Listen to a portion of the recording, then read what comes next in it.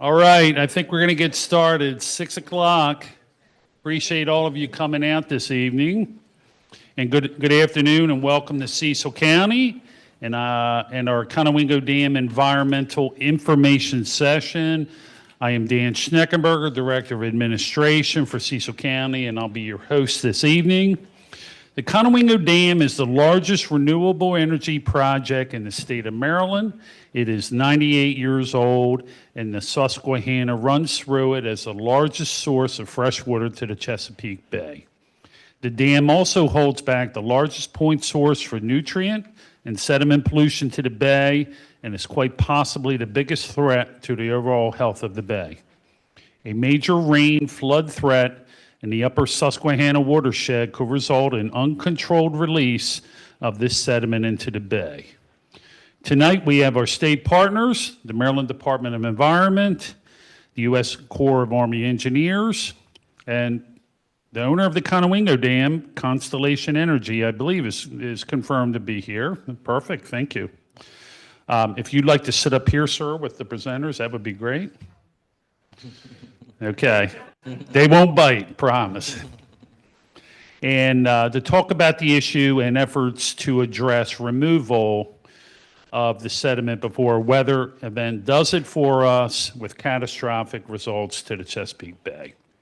So I'll first turn this over to Mr. Matt Rao, who is the Deputy Director, Water and Science Administration for Maryland Department of Environment, to begin his presentation.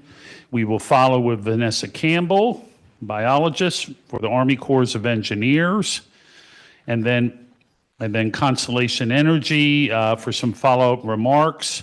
I will ask that you hold any questions until these three presentations have been completed. So thank you, and we'll get started. All right, great. Thanks, Dan. I think, Maggie's helping us with our presentation. So thanks, first of all, thanks for having us here to talk about all things Conowingo. As far as our Chesapeake Bay restoration, dealing with the impacts of Conowingo and the sediment infill is an important issue. It has been an important issue for the state of Maryland. So I'd like to talk with you all a bit tonight about what we're doing, what our strategies are to address that problem, and in addition to our partnership with the Corps and Vanessa, we're happy to be here tonight. So if we can go to the next slide, please. Dan said I'm the Deputy Director in Water and Science. So we at MDE, so we have the regulatory programs, the permitting programs. We're very involved in Chesapeake Bay with restoration, wastewater permitting, stormwater requirements are out of MDE, septic systems. So, there's a number of sources of pollution that are under our purview to deal with to help meet our bay restoration goals. And Conowingo is one of the issues that we were addressing too to help meet our Chesapeake Bay restoration goals. So Mr. Schneckenberger set it up pretty nicely. This opening slide really just shows the size of the watershed, right? The Susquehanna watershed, right where that star is on the map, is where Conowingo Dam is. So that the dam is at the bottom of a very large watershed. And since it was constructed in 1929, it's filled up with sediments and associated nutrients that have been flowing down from the watershed. And now we're in a position where, because of that infill, there's about another 6 million, the science estimates it's about 6 million pounds of additional nitrogen and about 260,000 pounds of additional phosphorus now that can come over the dam on an annual basis due to that infill condition. So again, to meet our Chesapeake Bay restoration goals, we need to deal with that. It was recognized early on that this would happen, and it was recognized in the pollution diet, or the TMDL, that was originally established for the Bay program. But it's filled up a little sooner than we anticipated. So we're here now to work on that issue. Next slide. I gave you the. Oh, did you give me it? Thank you. Thanks. Right, yes, I got it. Thank you. And this has a pointer on it as well. Yeah, let's see. Okay, perfect. Thank you. You may have to point at her computer. Too fast. No problem. Thank you.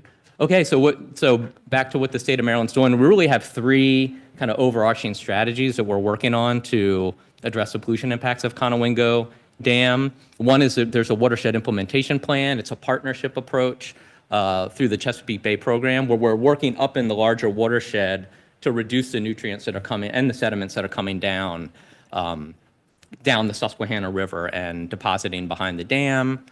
We also, as a regulatory agency, as I said earlier, we issue a water quality certification for the dam. So as part of the federal licensing that Constellation does to operate the dam, they need a water quality certification from us. And part of that certification is to ensure that continued operation of the dam won't cause water quality impacts. So that's a really important kind of regulatory responsibility that we have that we're working with Constellation on through that certification process. And then also we're looking at dredging as a possible solution that we have Vanessa here to talk about a little bit in more depth, and I'll get into that a little bit more later where we are. So next slide. Thank you. So Conowingo Water, starting with the first strategy of the Conowingo Watershed Implementation Plan, as I mentioned earlier, it was recognized for some time, that Conowingo would fill, and once it did, there would be additional sediments and nutrients that would wash out from behind the dam during high flows. That happened a little bit, it filled a little bit sooner than was anticipated. So a number of years back, about 2019, the Chesapeake Bay Partnership made a decision to develop, we refer to it sometimes as the 8th Watershed Implementation Plan, because each of the 7 jurisdictions in the Bay watershed have their own watershed implementation plan. But Conowingo is the 8th. We developed an independent watershed implementation plan for Conowingo WIP that looked at where are the most effective places in the watershed to implement pollution reduction practices and reduce the nutrients that are flowing down into Conowingo Dam. So in that graphic there, you'll see those are what we call the most effective basins. So part of that watershed implementation plan was really to look at the most cost-effective ways to reduce the pollution coming down and identify the types of best management practices we could use to reduce that pollution. And Maryland specifically, our target is about 180,000 pounds of that 6 million pounds of nitrogen we talked about. That's the target that Maryland's looking at. We're a small part of the watershed relative to Pennsylvania and New York, but we're working collaboratively with those other jurisdictions on this implementation plan, and we're shooting for a target of about 180,000 pounds of pollution to reduce in the watershed from coming down to offset that Conowingo Dam infill. So that's kind of at a high level, kind of the nuts and bolts of the Conowingo Watershed Implementation Plan. Get into some more details on the next slide. So we have a phased approach to hit those nutrient reduction targets. By the end of this year, we set a pretty ambitious target to reduce 25% of those 6 million pounds across all the jurisdictions that are coming down the watershed. EPA is allowing us to do like a phased approach to implement. So we're going to see how we do with this first phase, and then the partnership will reassess the effort, and we'll go from there into a second phase of watershed implementation. The next bullet just lists out the different best management practices that we focused on in the plan. They're really the ones, mostly agricultural practices, because those are the most cost-effective practices to reduce pollution. So you'll see, nutrient management, conservation tillage, prescribed grazing, a lot of agricultural practices. But there's also stream restoration, grass buffers. So there's a number of practices that we put in the plan that would all add up to reduce that 6 million pounds. We're not really bound to these necessarily in the plan. It's just those are some, those are traditionally some of the most cost-effective practices because we want to, achieve those pollution reduction results with the least dollars. So those are the practices that you'll see in our plan. We have this 25% reduction goal by December, and then we'll see how we do. EPA will evaluate us, and then we'll kind of implement the next phase of our restoration to get the remaining pollution reductions. Next slide. These are just some more details on the plan. The estimated annual price tag in that implementation plan was $53 million to implement those practices to reduce the 6 million pounds.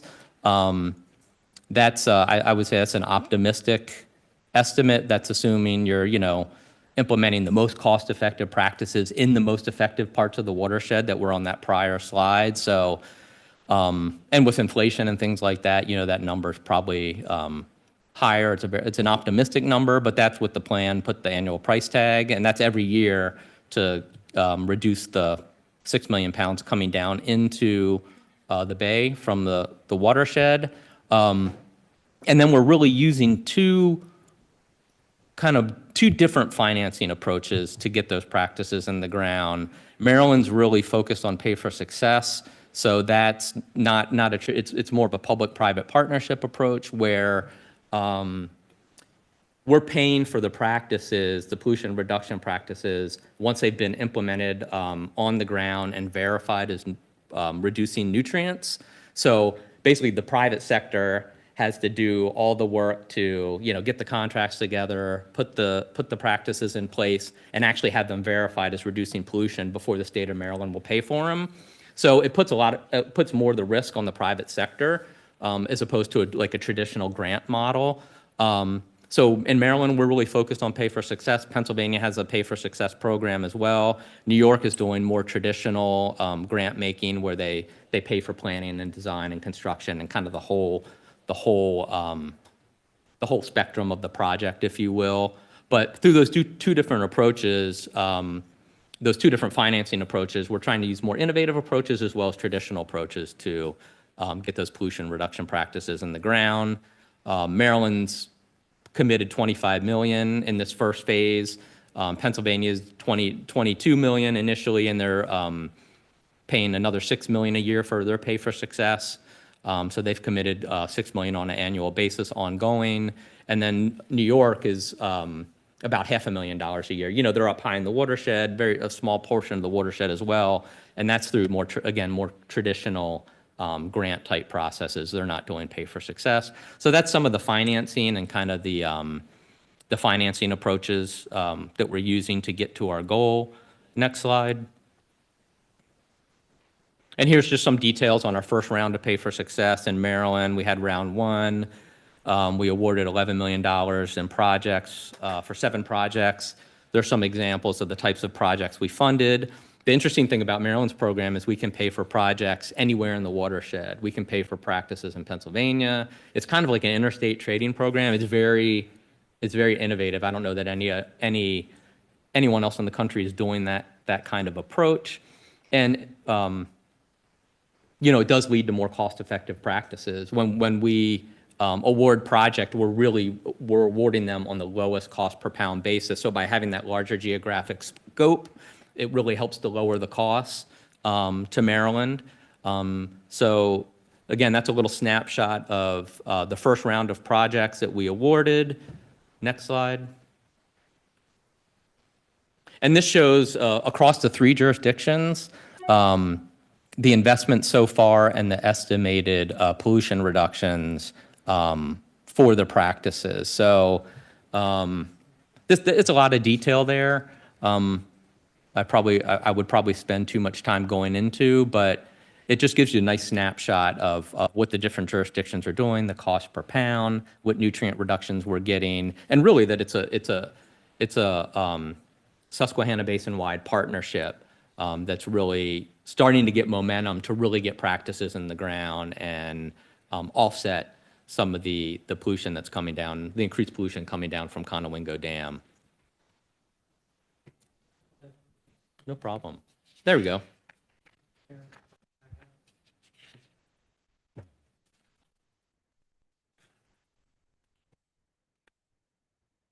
That the right slide? That is, yes. If we could go to the next slide. Thank you. And now we're currently in the round 2 selection process for the Maryland's Pay for Success program. And that should be announced hopefully soon. Hopefully in the next several months, we'll announce the awardees for round 2, and that'll complete the $25 million investment. And we anticipate we're going to exceed that 180,000 pound nitrogen goal that we've kind of set as our target for Maryland. So I think things are, we've made some good progress here. Again, up in the watershed to reduce pollution through this Conowingo WIP approach. Next slide. So the other key strategy, as I mentioned earlier, is Constellation is part of the federal relicensing process, needs a water quality certification from the state of Maryland. It's a requirement under the Federal Clean Water Act. It's a 50-year license, I think, that Constellation has to operate that dam, and they're in that relicensing process right now. Next slide. This is a timeline, so I can't say a whole lot about water quality certification because we're in mediation with Constellation right now. So that's a, that's a private deliberative process because there's been litigation surrounding our water quality certification. But this is a timeline. We did originally issue a water quality certification in 2018. It was challenged. Eventually, and that's why we're in mediation now among the parties. So I can't say a lot about that. But those discussions I think are productive, and we hope to get to a new certification soon. I will say prior to where we are today, we did have a settlement agreement with Constellation on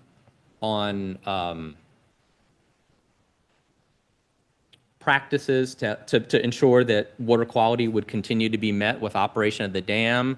I know folks in the counties have been, in addition to being interested in dredging, there's also been interest in debris management, sometimes as a result of just the physical nature of a dam. Debris will get, like wood, floatables will get caught behind the dam during low flow periods, and when you get high flows, that material can wash over. It ends up on county beaches. It can be a navigation hazard. So that's, I say all that to say I know that's something the county is concerned about. And we've also been, again, with settlement and in discussions with Constellation, debris is very much, a topic of discussion. I'll just say that because I know there's interest there. But again, more to come.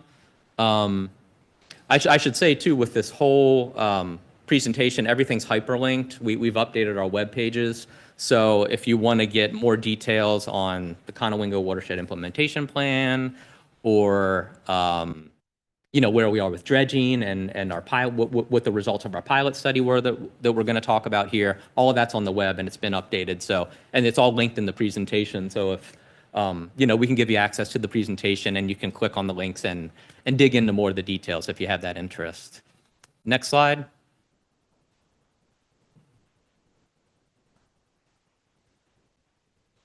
All right, and then dredging is really the last kind of strategy that the state of Maryland has been exploring for quite some time.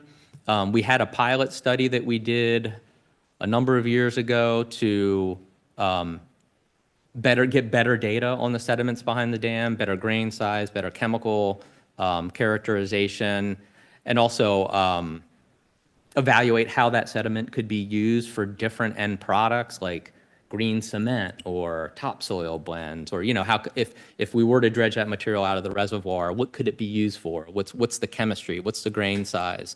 So we had a pilot study where we did a deeper dive into that, did additional monitoring, did some innovative and beneficial reuse pilot projects.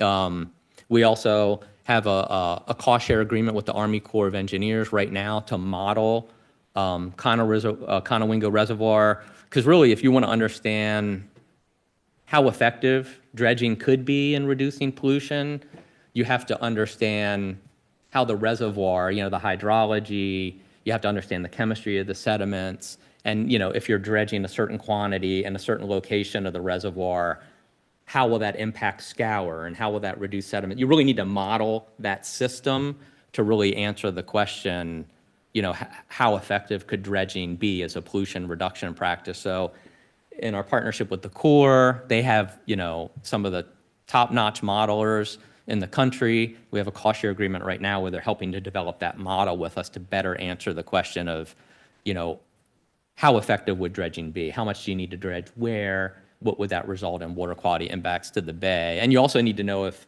it gets complicated. You also need to know if it, kind of the bioavailability aspect too. If sediments and nutrients wash down into the bay, how bioavailable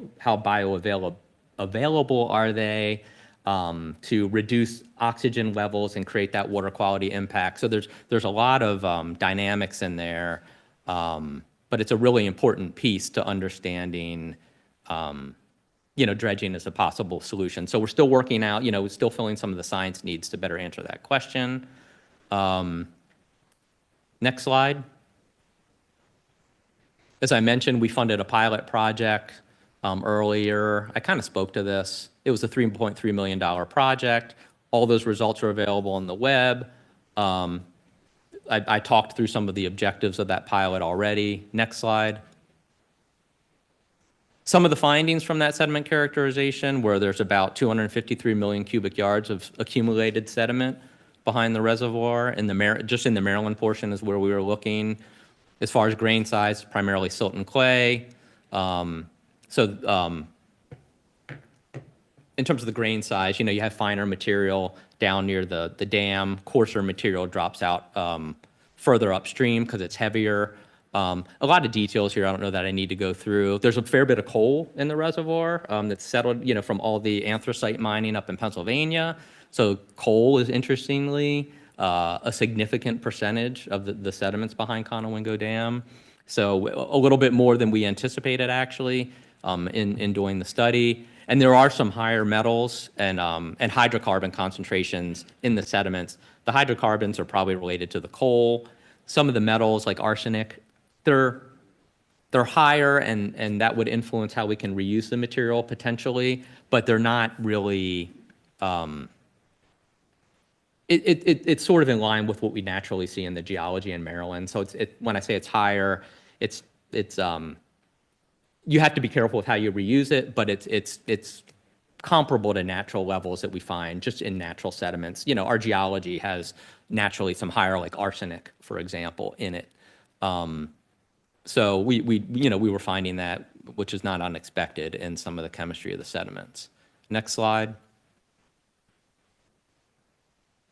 Some other findings from the study, there's a range of different uses that could be suitable if you were to reuse that dredge material. Cement manufacturing, bioretention. We did actually a small demonstration reuse project using Conowingo, and I believe it was maybe leaf mulch as a topsoil blend that was used on a local farm.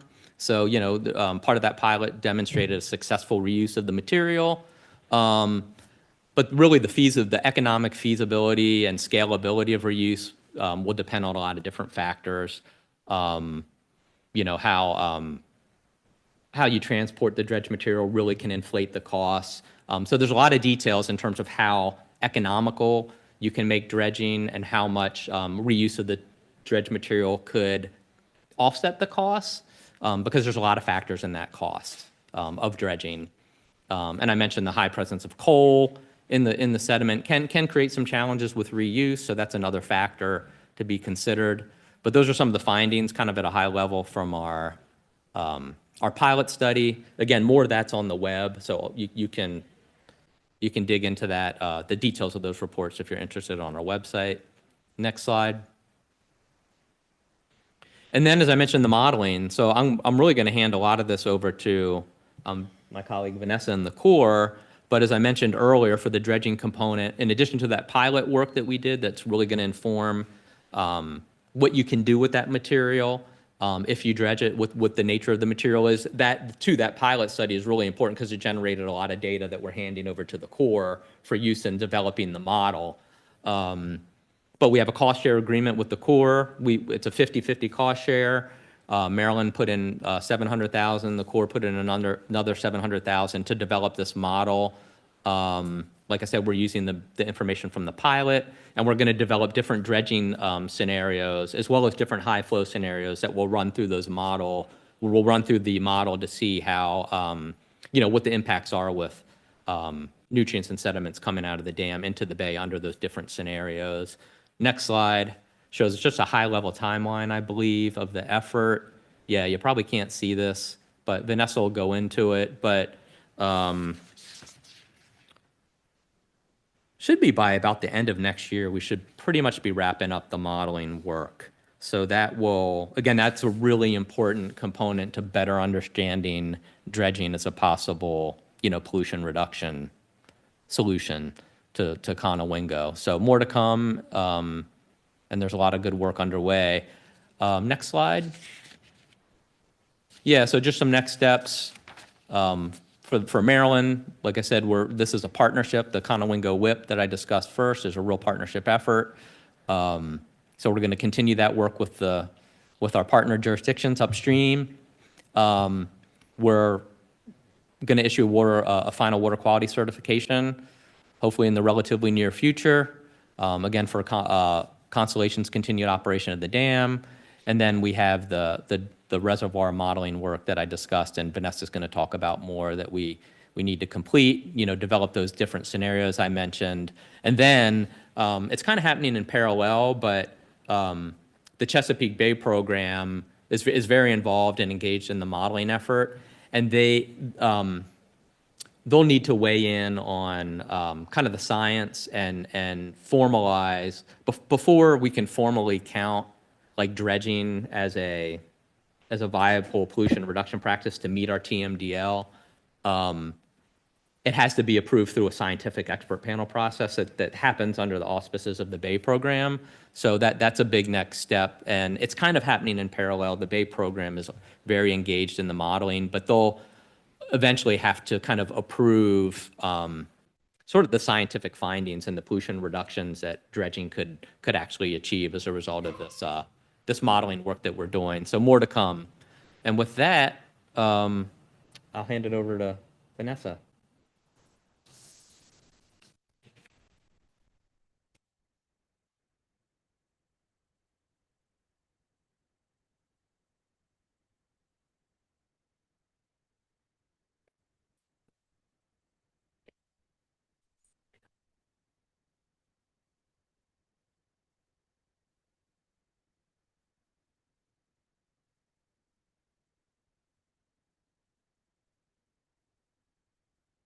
Thank you, Matt. Hi, everyone. My name is Vanessa Campbell.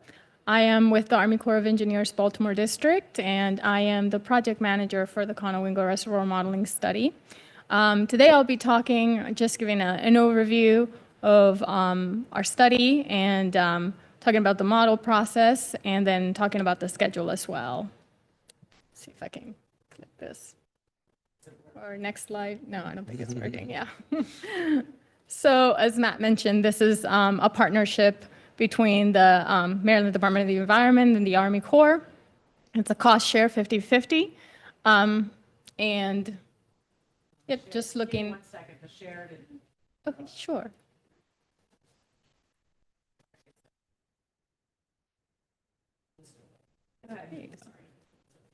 And we're also working with our partners at the Chesapeake Bay program. There's a lot of data share happening between our different stakeholders, and that's all being fed into the model. And the modelers that are taking the lead at the Army Corps of Engineers on doing this work are from the Engineer Research and Development Center, which is the Army Corps' research and lab branch.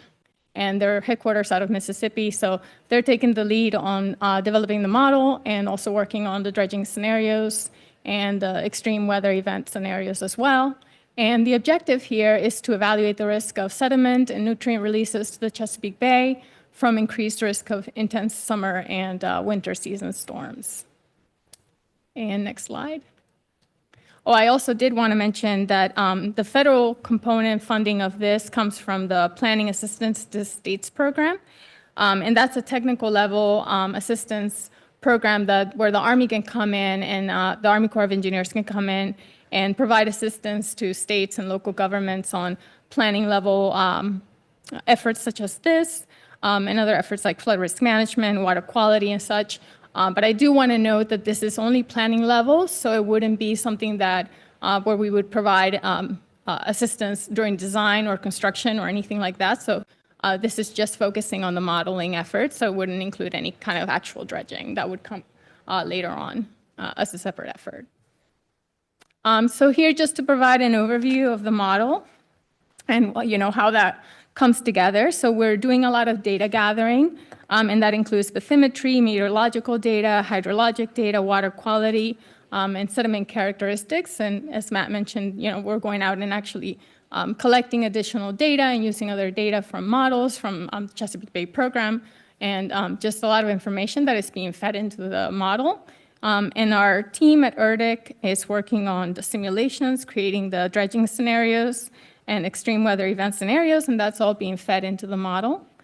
And part of that then becomes a 3D model where what is being evaluated is the hydrodynamics of the system, the biogeochemical, and the sediment transport.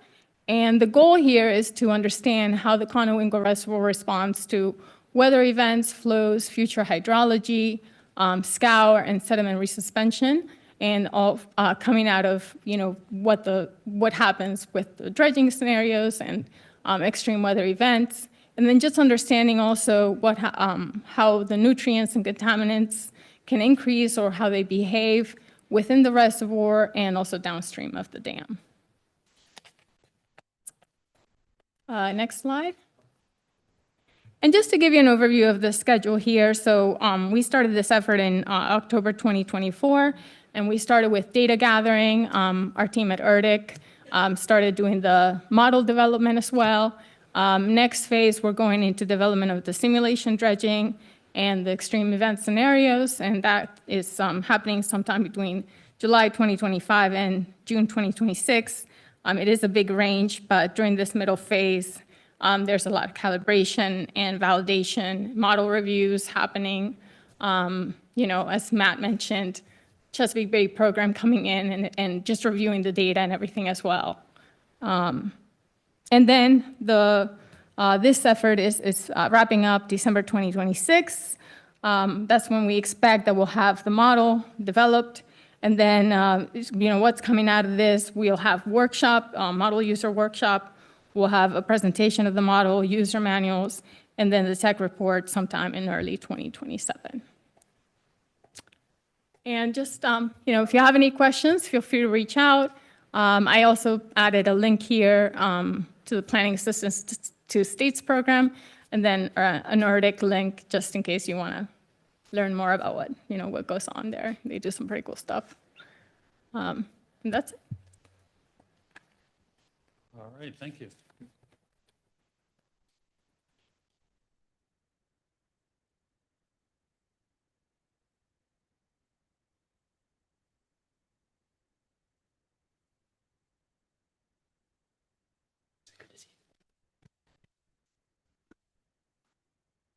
So good evening. My name is Todd Cutler. I'm Managing Director for Constellation, and we own and operate Conowingo Dam. And for the past, good part of 20 years, I've been involved with preparing for and actually relicensing and now re-relicensing the dam. Our prior license was up in 2014. And as you've heard tonight, and this is just kind of the tip of the iceberg, it's an amazingly complicated thing to run a hydroelectric facility. Most people think water comes in, turns a turbine, water goes out, that's it. But as you've heard tonight, we've got sediments, nutrients, trash and debris, fish, eels, bog turtle, map turtle, bald eagles, and the list goes on.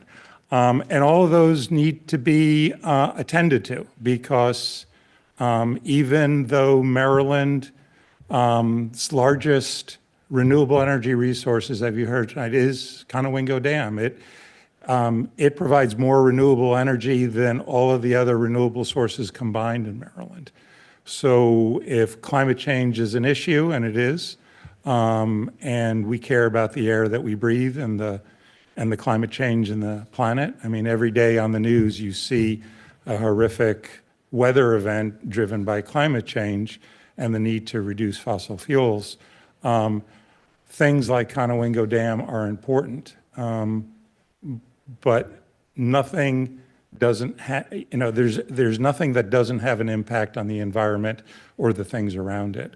For as long as I've been involved in this, I've become keenly aware of all of the impacts on fish, on eels, on the watershed, on the bay, on marinas in the bay, and as important, the people who make their livelihood off of those things.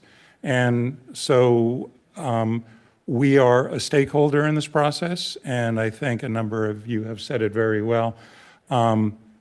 Constellation looks at this as a collaborative. We collaborate with these two agencies. I've known Matt for years. We collaborate with, just go down the laundry list of agencies because there are partners. In some cases, there are regulators, so we kind of have to do it. But in order to find an effective solution to these horribly complicated processes, we need to be in the room. And so I want to thank the commissioners for allowing me to participate tonight. I thank you for having the information session. This is not an easy answer. As Matt indicated, the TMDL came out in 2010, right? Mm-hmm.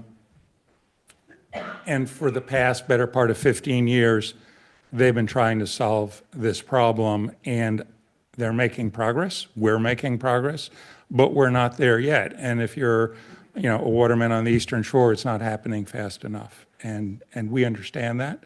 I think, when the Conowingo whip came out, it was interesting because the TMDL contemplated that. And so the TMDL that goes back to 2010, and I want to I think you guys did a great job in picking up the story from kind of 2010, kind of more the 2017 on. And I think the work that they're doing, that we're doing together, is making a difference. But in 2010, when they did the TMDL, there are 7 jurisdictions that have rivers or tributaries that wind up in the Chesapeake Bay.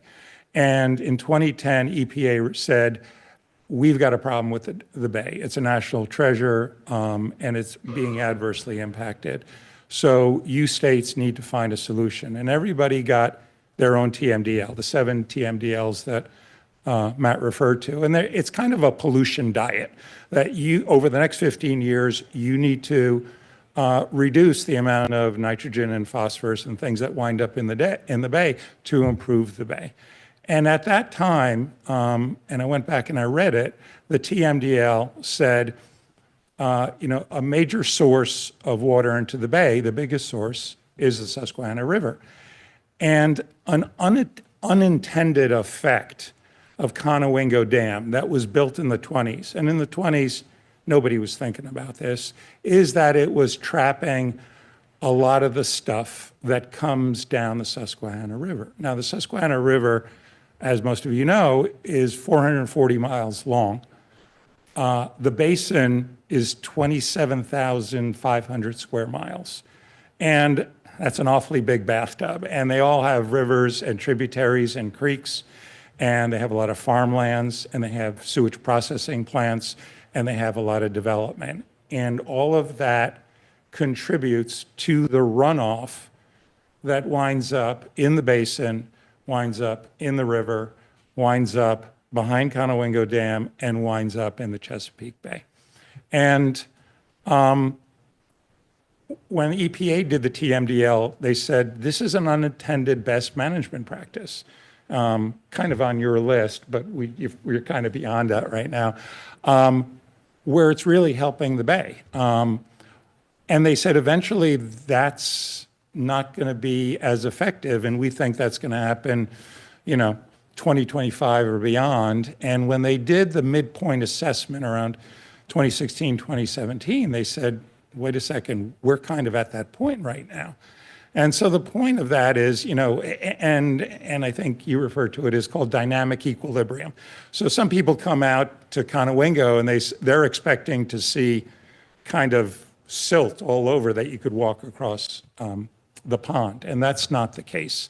What happens is you get over a 5 to 7 year period, you have relatively calm periods of time where the sediment and the associated nutrients get deposited in the pond, and the pond holds on to them. And that's what's been happening for the better part of 100 years.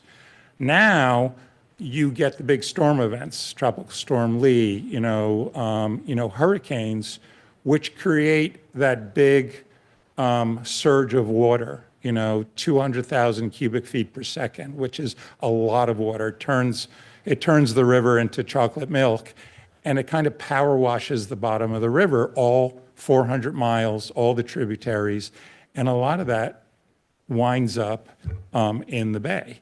And so you have these episodes that over a long period of time, the net sediment in kind of equals to the net sediment out. So if you go to the Conowingo Pond today, you will see a body of water.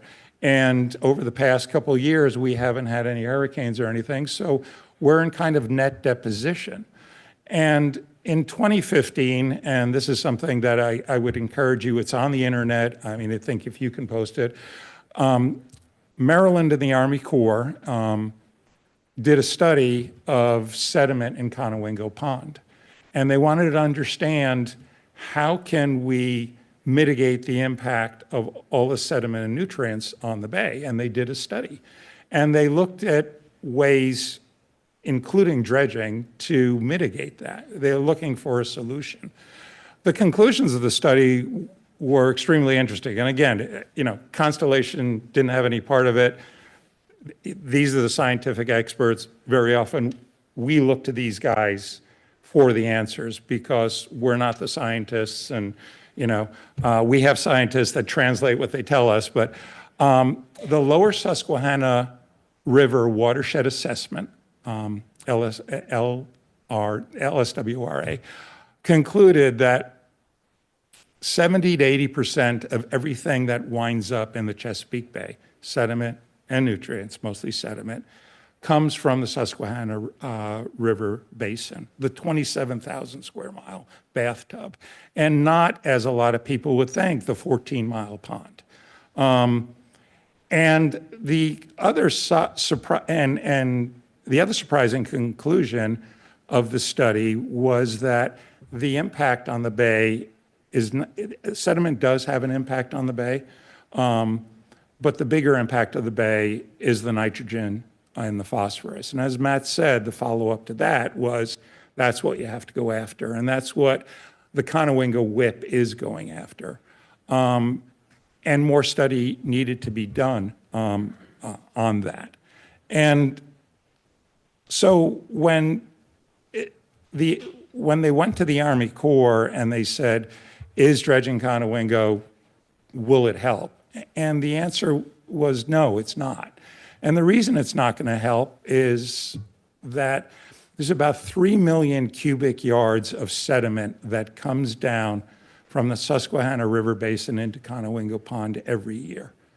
And in order to kind of keep pace with where we are right now, you have to remove 3 million cubic yards of sediment every day or every year in perpetuity just to be where you are today.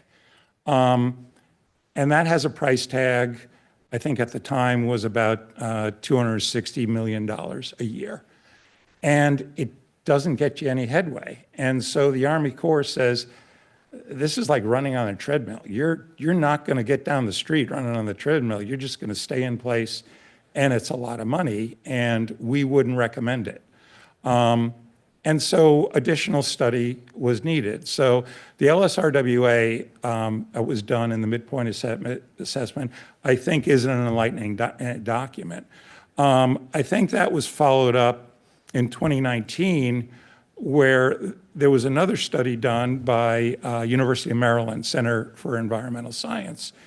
And they said Conowingo Dam still does provide a benefit. And everybody says, well, you're at dynamic equilibrium. What benefit are you providing? You're not, in the long term, stopping sediment. I mean, you may stop sediment for 5 or 10 years, but eventually you're going to get a hurricane, it's going to go down. But what we do, kind of effectively, the dam stores sediment for a 5 to 7 year period of time. And a lot of the things that are in the sediment that, and Matt used the word bioavailability, that goes down as it's stored at the bottom of the pond. And so when that sediment eventually winds up in the bay, again, the biggest impact on the bay is the nitrogen and the phosphorus.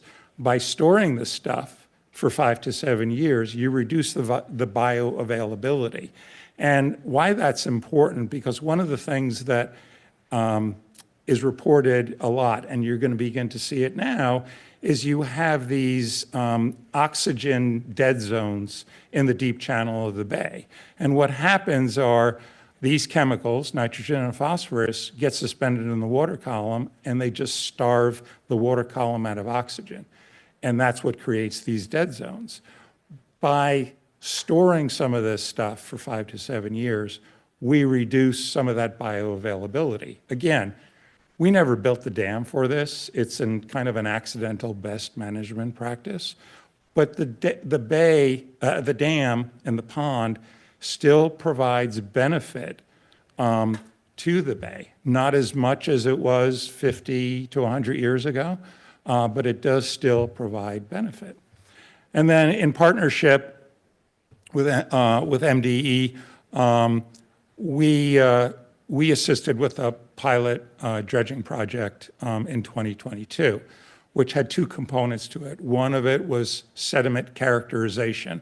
So we did these coring samples through the entire Conowingo pond. And we took the cores, we analyzed what's in those cores and consequently what's in the sediment, and Matt told us a little bit about that.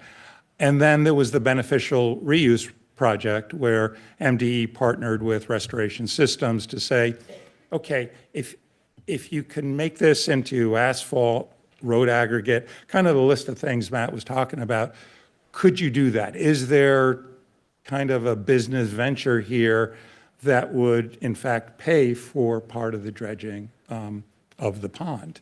And that was interesting. And again, I think Matt said you're going to make that available. Some of it's hard to read because it's technical PhD science stuff. The executive summaries are very approachable and very readable. One of the things that struck me on the characterization is there's a lot of coal in the sediment, and the hydrocarbons. I'm not sure I want to be growing asparagus out of this stuff or not, but to use it as road aggregate or kind of green concrete, you know, that's interesting. There are things like arsenic and thallium, just stuff that, you know, I know it's in the period, you know, arsenic, manganese, thallium, all of that stuff. And the conclusion was that in order to figure out what to do in terms of a beneficial reuse, we need to study that more. And I think you've heard some of that tonight. And the Restoration Systems, when they did kind of the business model for the sediment piece of it, and you can read it, it was really interesting. To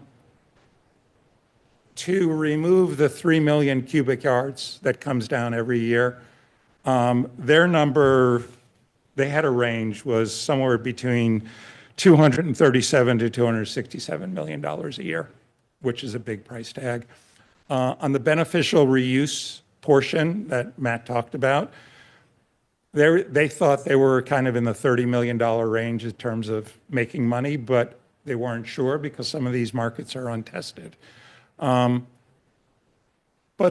my takeaway from that is today, 2025, or in this case, 2022, you're going to be spending about $250 million a year just to run on the treadmill.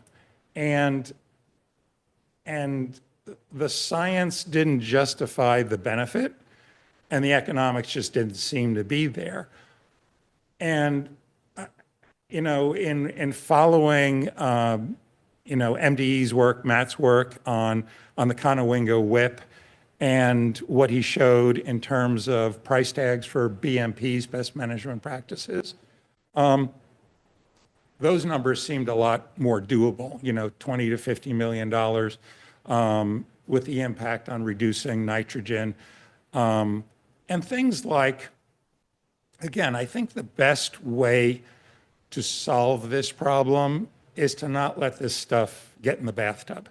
And you do that by, a lot of what Matt outlined, and I think that makes a lot of sense, and Constellation's position is we agree with that. And whether it's controlled runoff from, cattle pastures or barnyards, forest buffers where you have grassland and forests along the banks going up all through the 440 miles of the Susquehanna or the 27,000. If you have grasses and trees that are preventing that soil from eroding and falling into the tributary and the creeks that wind up in the Susquehanna, it never gets in it, and it's a lot cheaper than pulling it out of that. And that's, we're very supportive of that. We've been involved in projects on stream restorations. All these things make a lot of sense. And, they're little things, but in the aggregate, they begin to move the needle a little bit. I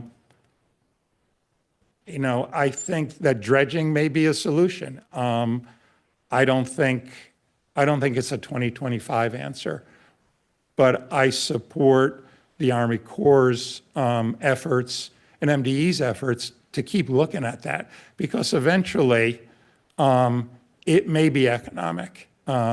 Eventually it may move the needle on the science. And so I appreciate your presentations as to where you are and the direction that you're going, and my company does as well. We agree with you that it's just where we are right now. And you see this in a lot of energy technologies, like, we have, solar farms, and we have wind projects. 10, 15 years ago, they said, that'll never work. That is uneconomic. But you have that technology curve, and over time, it does become economic. It may move the scientific needle, and I'm encouraged by that. Again, thank you for inviting me here and letting me, talk at you for, 10 minutes or so.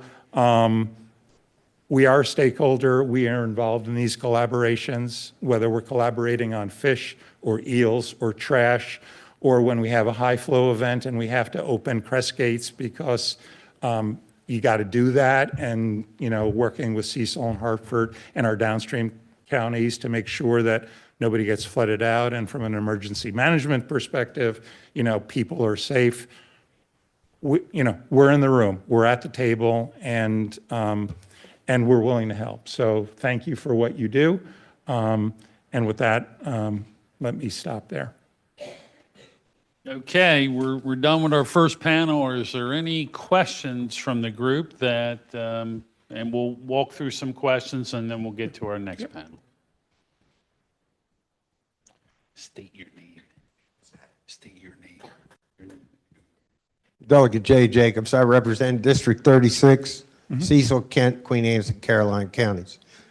A lot to digest tonight. Are you going to have this PowerPoint available?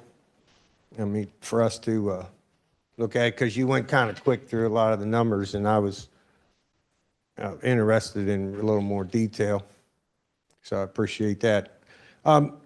There's a lot of things I could touch on. I could go an hour easy, but right towards the end, and I do appreciate, Todd, you're acknowledging these dead zones, because Chesapeake Bay Foundation took the opposite approach, talks about the improvement, and in reality, we know downstream that we're having more significant problems with these various areas of dead zones, and are not necessarily in the main stem. They can be in shallow water as well. It moves, and I'm glad that you said what you said. Your explanation made some sense about how those areas move with the concentration.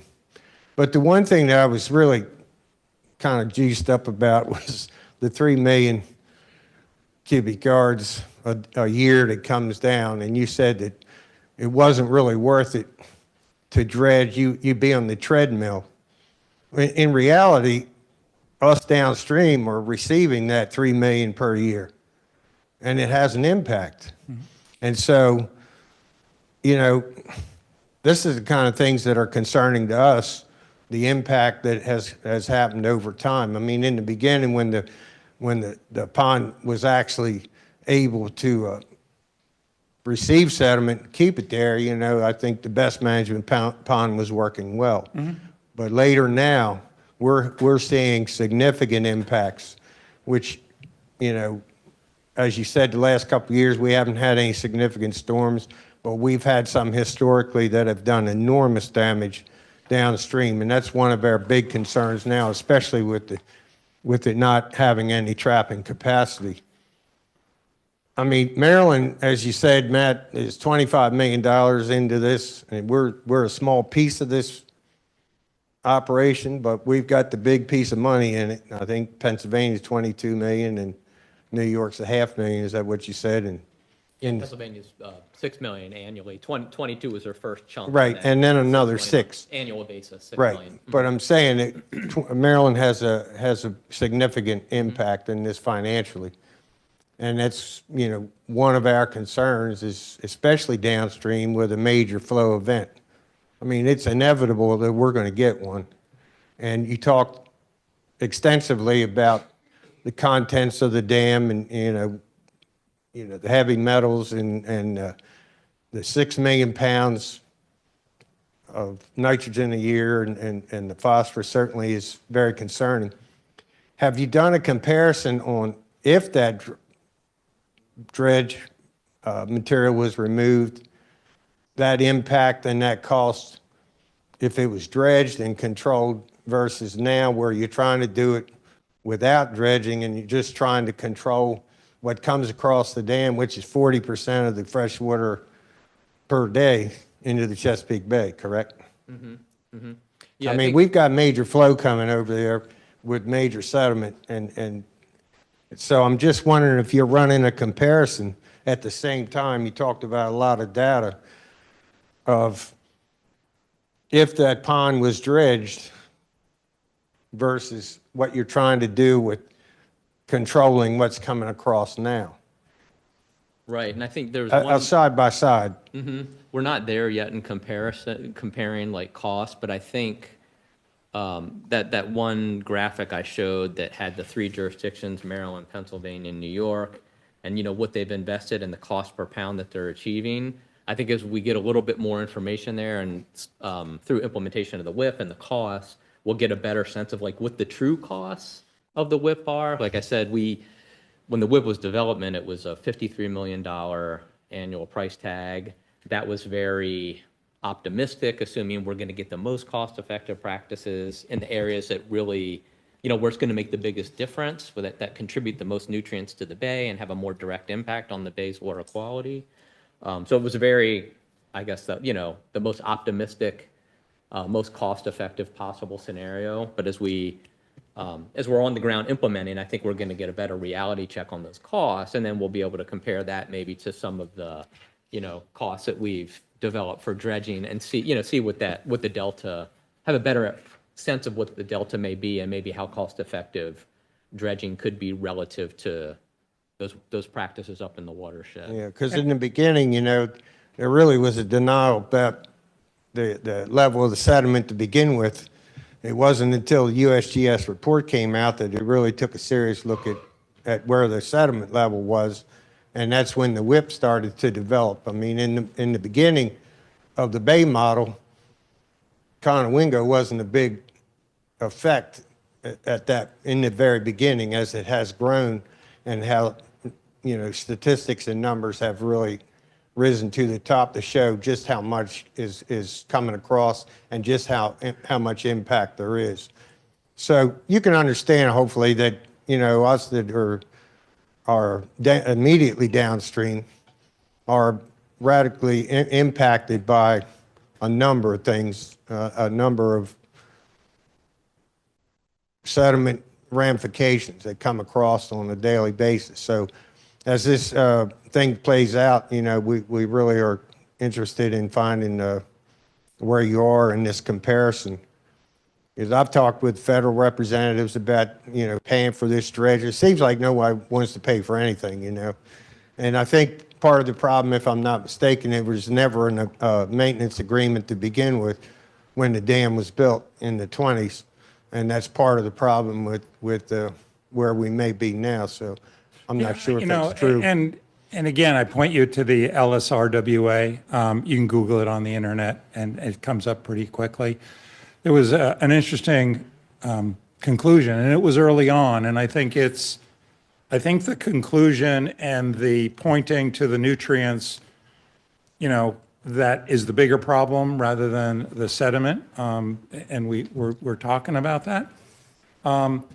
Is the conclusion from the Army Corps is that you can dredge this, but it's not going to change the nutrient impact on the bay. And that was the conclusion in 2016. Again, I didn't write it. I'm just reading it. I'm telling you, I trust they're the experts, and I rely on them. And I think that the need for additional study is prompting what you're hearing tonight, which is good because, you know, you start out and it's just, this is what I think it is. And now these guys are kind of focusing in on it and doing the modeling and understanding that. And, you know, you can ask the question of, well, how do you get there? And as you heard Matt say, nitrogen is a big problem. And it comes from fertilizer and all of that stuff. 95% of the nitrogen that winds up in the bay that causes this problem is dissolved in the water. So if you come to me and say, dredge, I'm saying, I'm not solving the nitrogen problem because it's dissolved in the water, and there's no practical way for Constellation to take the nitrogen out of the water. It passes through the dam like that. And so the question is, you know, are you going to pay $260 million and not have an impact on what you're feeling and how it's affecting your livelihood?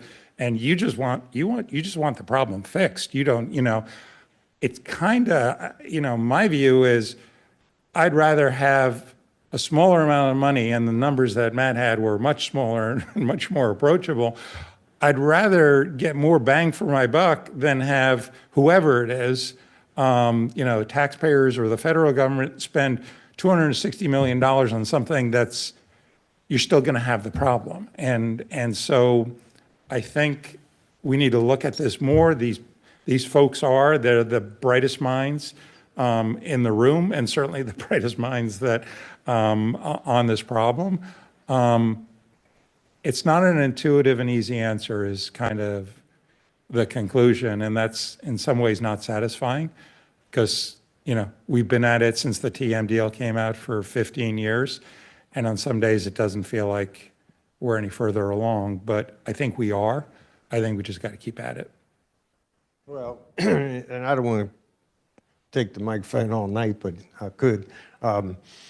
We're concerned that, you know, this 3 million cubic yards yearly comes across there containing, you know, the nitrogen, the phosphorus, and God knows what else.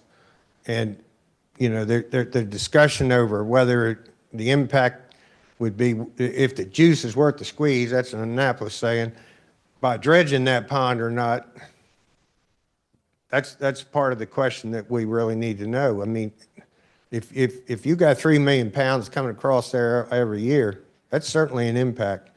And, you know, to say 270 million or whatever, the 273, whatever it is, numbers, that it's not worth that, well, downstream, we have a different take on that. So I'll leave it at appreciate that. Thank you. Yeah, thank you. I guess mine is a question about timing. My name is Chip McLeod. I'm an attorney in Chestertown, and I have for some years represented an organization known as the Clean Chesapeake Coalition. I'm happy to hear about this modeling by the Army Corps of Engineers because the Lower Susquehanna River Watershed Assessment that's been referred to now, that was done 2014, 15, 16 was a one-dimensional model. We tried to comment when that report was done. We pointed out that a one-dimensional model isn't really going to give you the answers you need to address this vexing problem of the sediment and accumulation in the reservoir. And so that study came out, and it was no surprise, the big solution, the comment that it's too expensive to dredge and that would be wasteful. But there were some other really telling things that came out of that study, like the acknowledgement about how full all those reservoirs were in the lower Susquehanna River. But this modeling is not to be done until the end of 26, and it's vital to have that three-dimensional modeling. The water quality certification is being reconsidered. I think there's many of us that hope dredging is a component of the water quality certification like it was in the 2018 water quality certification. So, and yet there's also an urgency to get a water quality certification because this facility has been operating status quo since its license went up more than 10 years ago. So all this discussion and all this, the effects downstream have never changed since everybody became aware of this, I'll say in 2010 or 12, when the Army Corps came out with its study about what was going on in the reservoir. So my question is, should we expect the water quality, can we expect the water quality certification to come out when the modeling is done, because dredging is going to be a component, or are we to read into this, they're not going to be? Now, the owner of the dam is quite adamant that dredging should not be considered. I just want to throw this out. In a macro level, we saw the big pictures of the watershed. This big watershed comes to one point source, Conowingo Dam. Point source pollution, as a lot of the officials in this room know, if you have a point source pollution, a wastewater treatment plant, there's a lot of regulation about what comes out of the pipe. And I know when I first got involved in this issue and I started looking at it, and I said, you know, isn't Conowingo Dam just like a pipe? I mean, there is so much pollution coming through the dam, not by the fault of the owner of the dam, it's just the Susquehanna River flows through it. That's like a point source. And then we learned about this rule, the water transfer rule, when it comes to dams, that you know, dams are considered not point sources of pollution because there's an assumption that what's above the dam is the same water quality as below the dam. That's the water transfer rule. So there's sort of this exemption to dams that you can't treat them like a wastewater treatment plant. Otherwise, you'd be saying, oh my gosh, look how much phosphorus and nitrogen is coming out of that. So you have that against those of us downstream looking for some solution. Can't treat it like a point source. It's a non-point source. So I guess in my question, I'm just kind of expressing a little bit of frustration. That's this discussion about dredging. Is it reasonable? You know, this is like a stormwater pond. And most of us understand a stormwater pond for sediment purposes. Once it's full, it doesn't work. And this is functioning like a stormwater pond. So one of the contaminants that does hit the bay is sediment. Nitrogen, phosphorus, yes, there's all that, but the sediment is very damaging. And none of that's being addressed. Even the CWIP, the Conowingo Watershed Implementation Plan, said we're going to work on all the other stuff. So I just want to point that out. This modeling is very important, but the timing is frustrating given the water quality certification that's pending as well. So maybe that wasn't a question.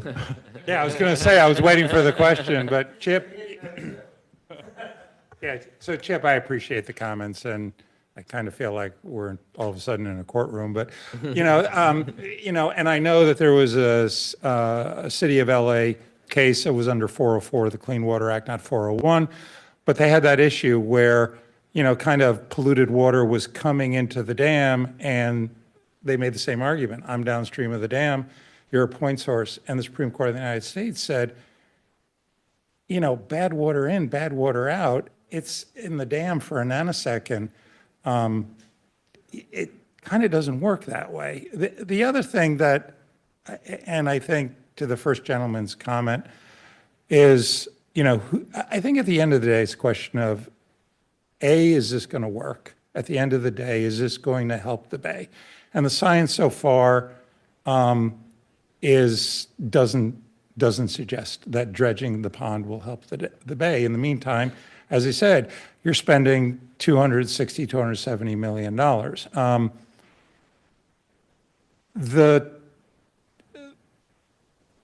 The point that I want to make is that if you put that all on Constellation, the dam's not going to be economically viable and it'll shut down because we can't afford that. It's just way too much money.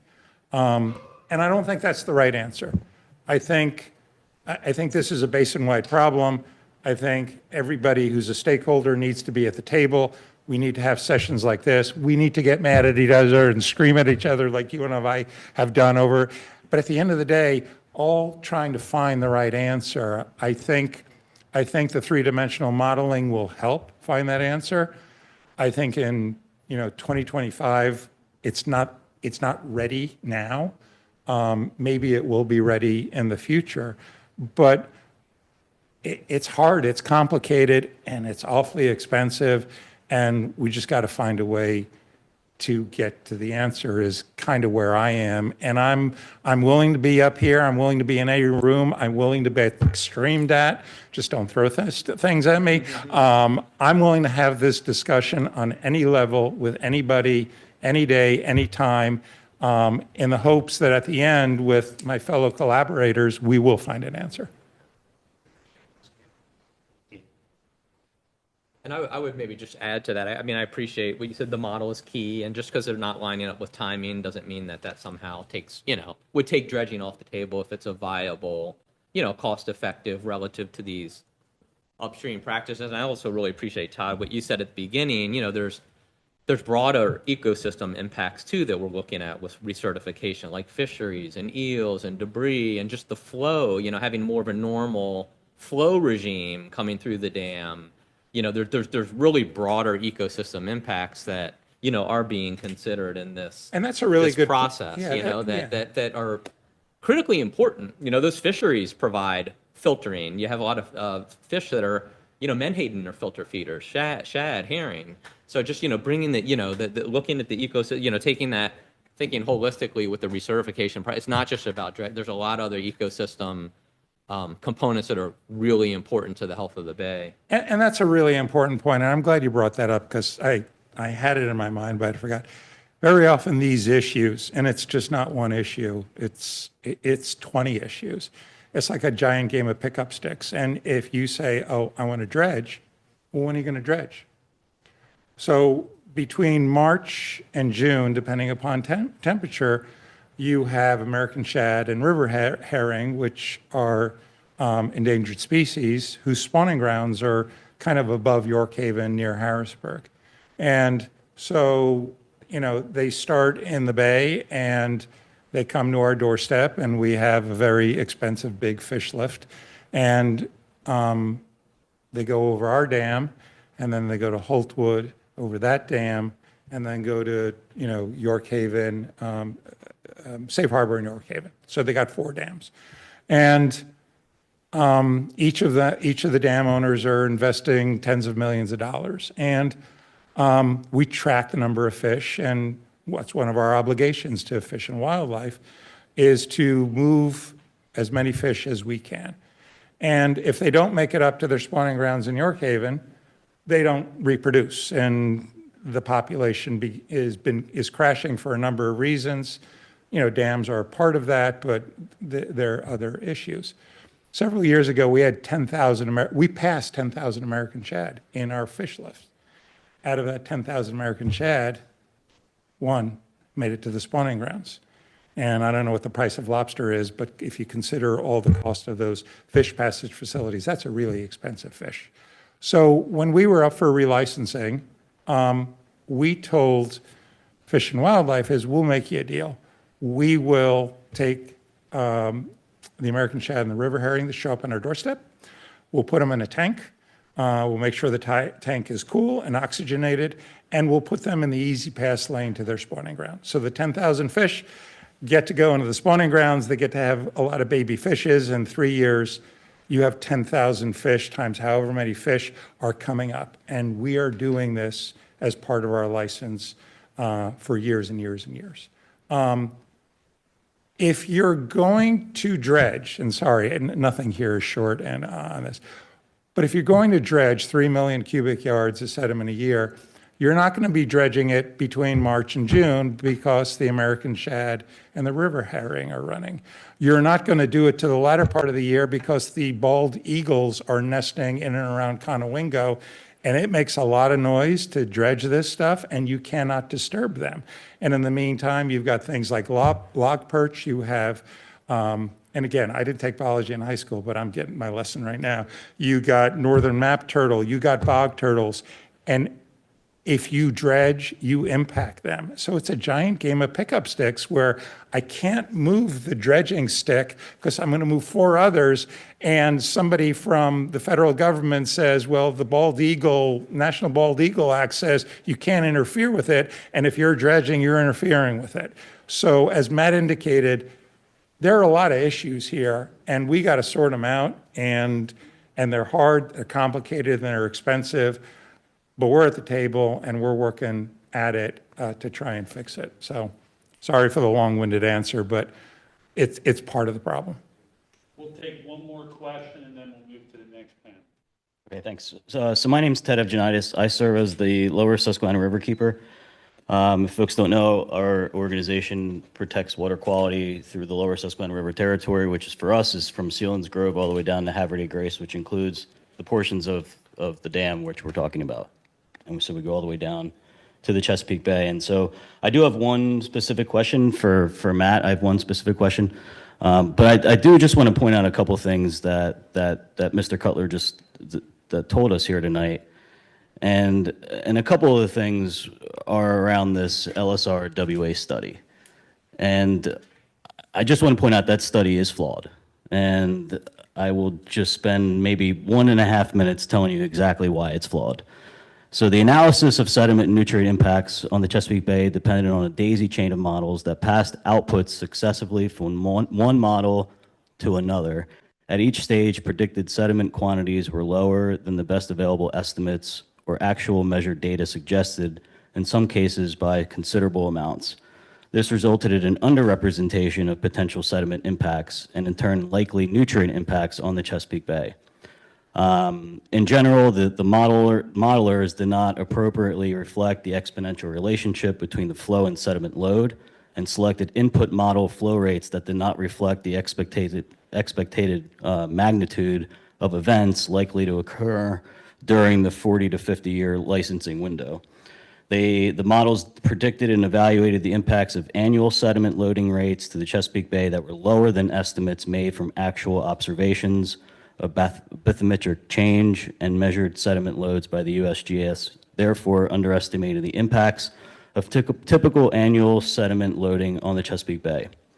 The modeling also did not adequately consider the seasonal effects of storm scour loads in the spring growing season for SAV. So it's a perfect opportunity for me tonight to tell you that, because this is what we're talking about. And we're talking about loadings and what's going on in the LSRWA. So our organization took it upon ourselves to review the LSRWA in, I don't know, 2017. This is an old study. Things have changed dramatically in the last 10 years. Okay, so the reliance upon this study is, it doesn't really apply to rely on a 2016 study. How long has it been since that time? About a decade, and how much of things have changed in 10 years. So I just want to point that out. So we can't rely on that study. It's unreliable. What else we also have to realize is what Mr. Cutler told us tonight was that dredging would occur annually and that 3 million pounds would be removed yearly, which in theory, that's what would probably occur. But there's multiple scenarios to look at. So to just blatantly say that, oh, it's going to be this and it's going to be this forever is also not correct to say. Because there could be scenarios where it might be 3 years, a couple years, it might be 2 years, a couple years, it could be 1 million cubic yards 1 year. It could be nothing 1 year, right? So it all depends, and we're not the experts in the room tonight, so I don't think other than Mr. O and his team, Mr. Cutler doesn't have any authority to really be talking about dredging. So just want to make that ultimately clear this evening, and what he said is not true. So it wouldn't be 3 million cubic yards for 50 years. It might be something different, right? He also mentioned a cost, and a cost that was included in the LSRWA, which I clearly just said is flawed, said $260 million every year for 50 years. That's also incorrect. Who knows how much it's going to cost? There are people out there right now that probably do. And I know for a fact that it's not that. And, you know, it's probably something less. So, and we can't say for a fact that it's $260 million every year for 50 years, because again, the study that it came from is flawed. But there are probably people out there right now who would love to be in this room to tell you more. But I'm here to tell you today that it's practical, it's a feasible, dredging happens everywhere. It's not rocket science, it's happening right now. It's happening in the Baltimore Harbor. It happens in the Hudson River. It's not rocket science. And in fact, there's so much happening right now with technology. Like look at what we're dealing with right now. We can put a face on you and make you different because of AI and things that are going on. So as technology advances, things get better. And so relying on technology that might have been there 10 years ago, well, guess what? 10 years has passed. And so technology has gotten better. And so there are other things out there that can help this whole dredging and this whole sediment and nutrient loading to the bay. So I just wanted to say that the costs could be overestimated as were described here tonight, along with what would actually occur, because I don't think any of us in this room are experts, except for Mr. Rowe and his team that are further looking into this, and the U.S. Army Corps of Engineers, which I forgot to mention. But the one question I do have is, oh, and just a couple other things. Coal has benefits, so there is coal behind the dam. It has benefits. There's beneficial reuse. You could take that coal and sift it out and send it overseas. You can sell it here in the United States. There's a market for that. Also, the heavy metals within the sediment, there's also a market for that too. Lightweight aggregate would love heavy metals within it. Your rock walls and things like that, if it has metals in it, how much stronger is it, right? So there's potential market for that. And so there's what the sediment characterization study said, which is a 1,000-page plus document, is that there is a market for it. And from what we're seeing right now under this administration, if anyone's aware of what's happening in our country, there seems to be a really good push for American-made products. So why would we want to go and buy sand and mortar and clay and dirt or from overseas when we have it right here? So would there be job creation and revenue abilities for Cecil County potentially down the line? I think so, because it's probably going to be a massive operation. I would imagine it has to be. So anyway, my question, isn't it true that since the Conowingo Dam is in place, the timing and delivery of those sediments and nutrients which discharge from the dam do have negative effects to the Susquehanna River and to the Chesapeake Bay? Just so everyone can hear, I think, what might be the answer there, but if anyone can answer that, that'd be great. Well, the science that I showed at the beginning estimates there's another 6 million pounds additional nitrogen and 260,000 pound phosphorus, happening today as a result of the infill.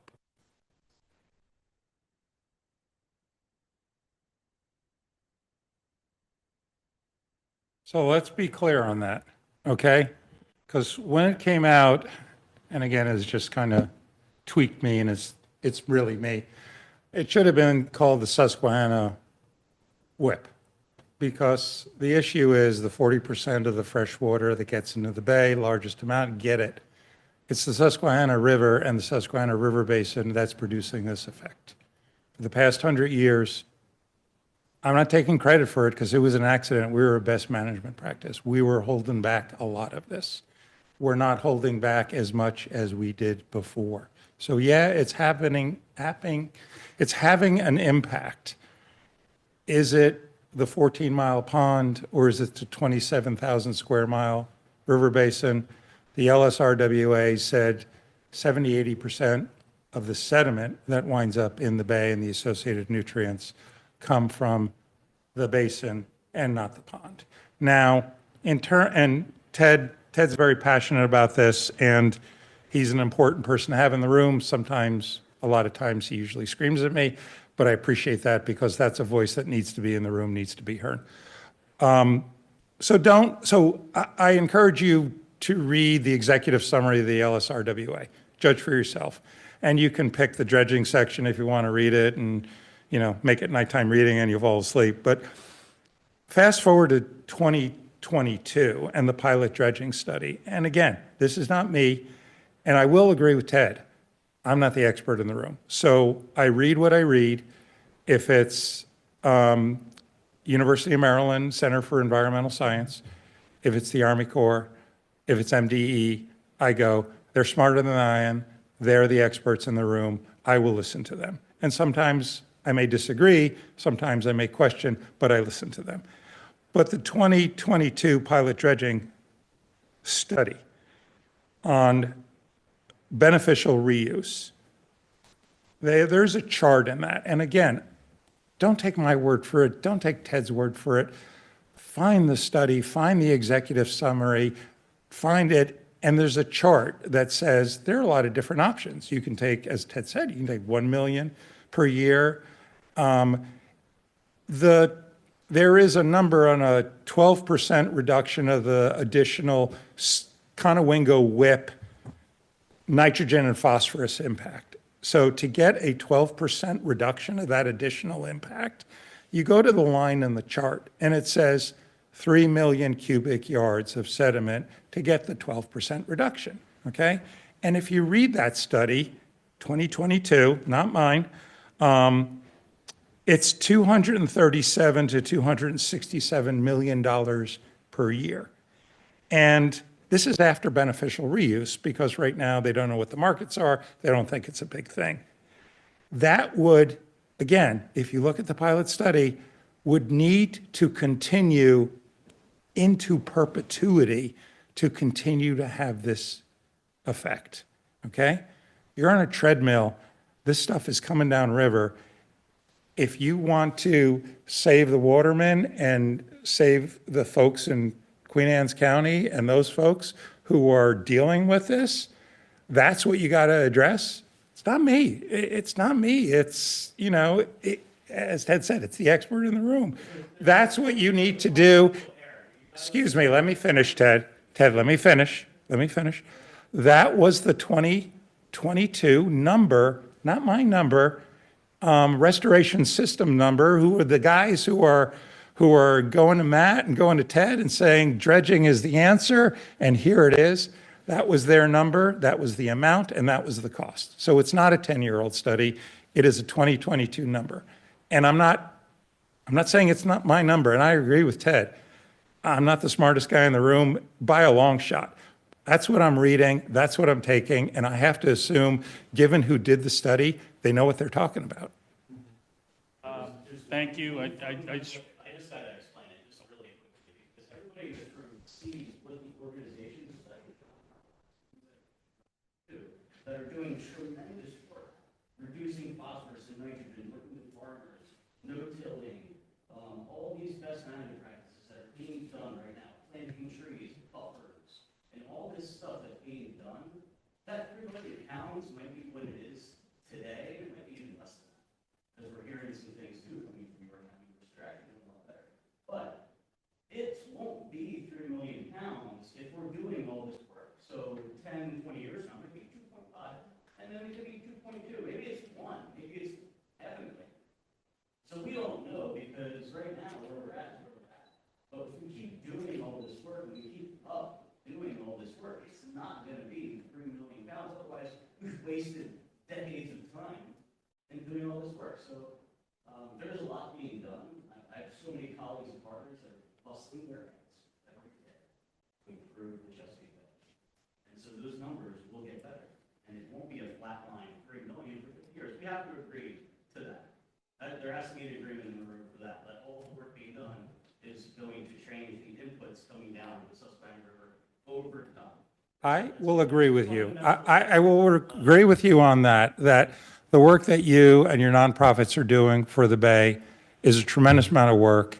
It is hard work. Doesn't get the recognition that it deserves.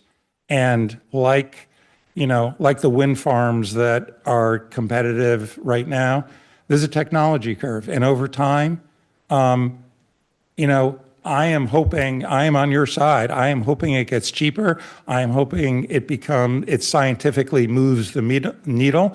I'm hoping for that day. I just don't think the day is today, but I agree with you. We got to keep at it. So on that note, I'm willing to stop. All right. Before I ask you all to thank this first panel, I just want you to look up at this table. And in 15 years of following this subject, maybe even longer, I've never seen the Army Corps, MDE, and Constellation sitting at the same table talking about the Conowingo Dam. So let's thank all of them. Thank you.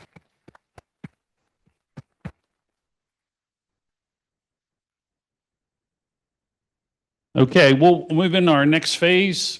Are you going to speak to? You want to come up here, Commissioner?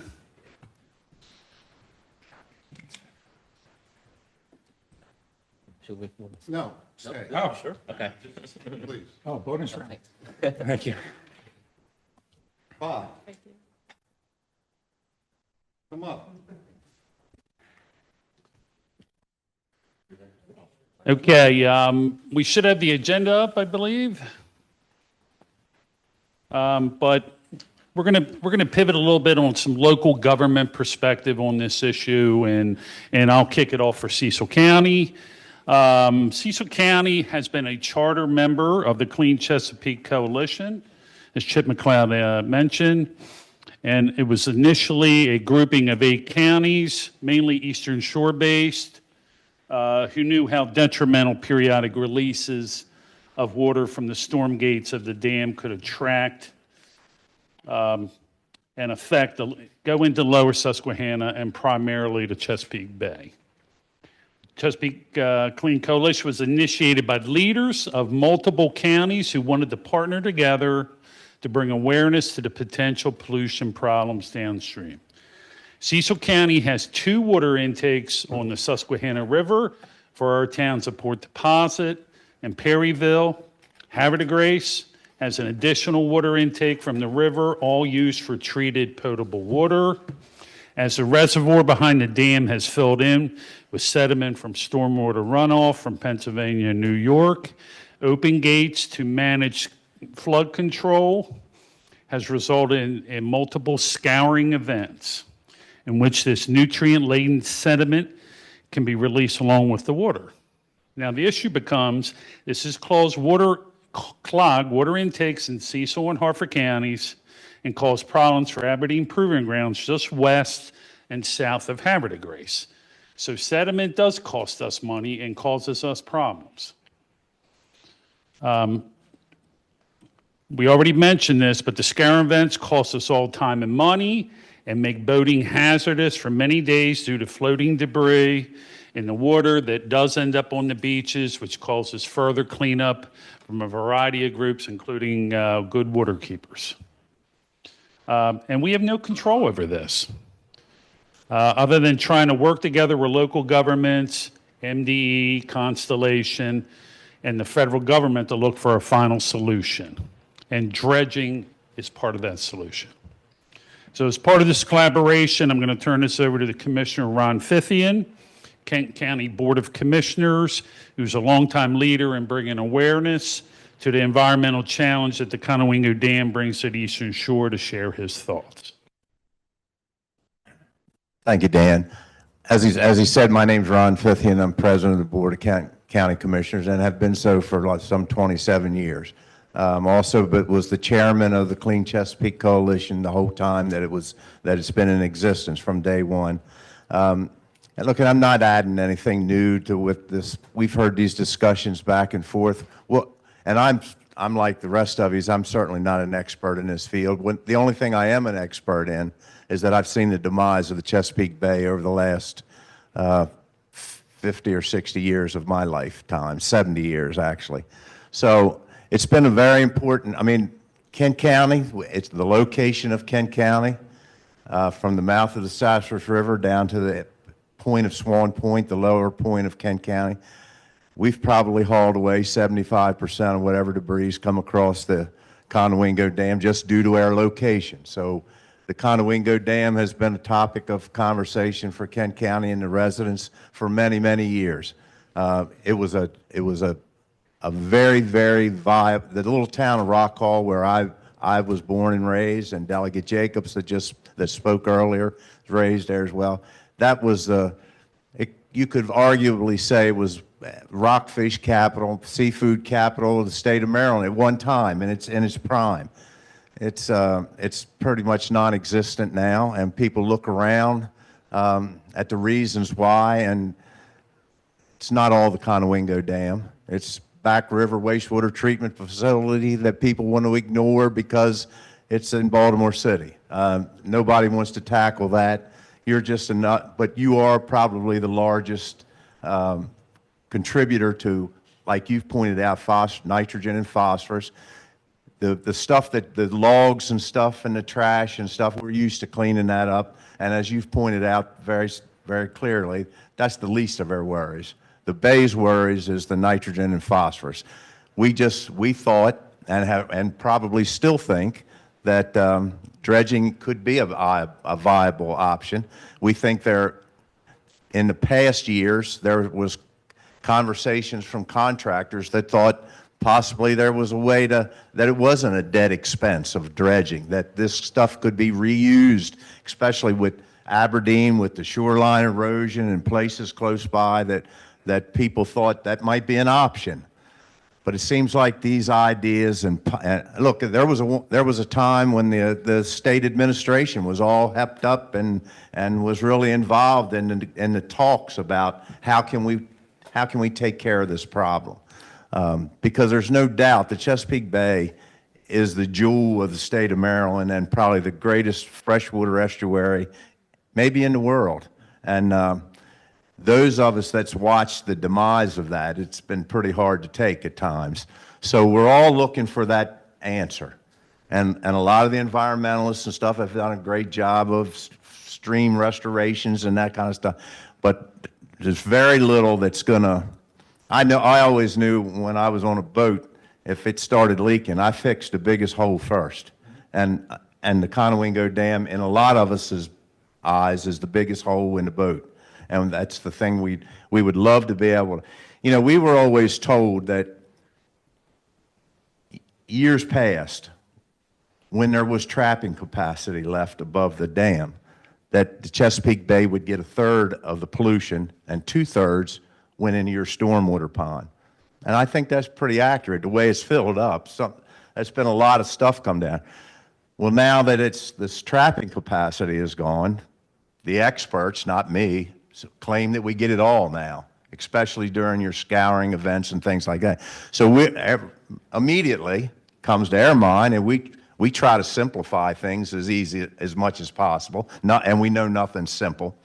But we take a look at it and we say, well, maybe we should create some trapping capacity back to buy some little time.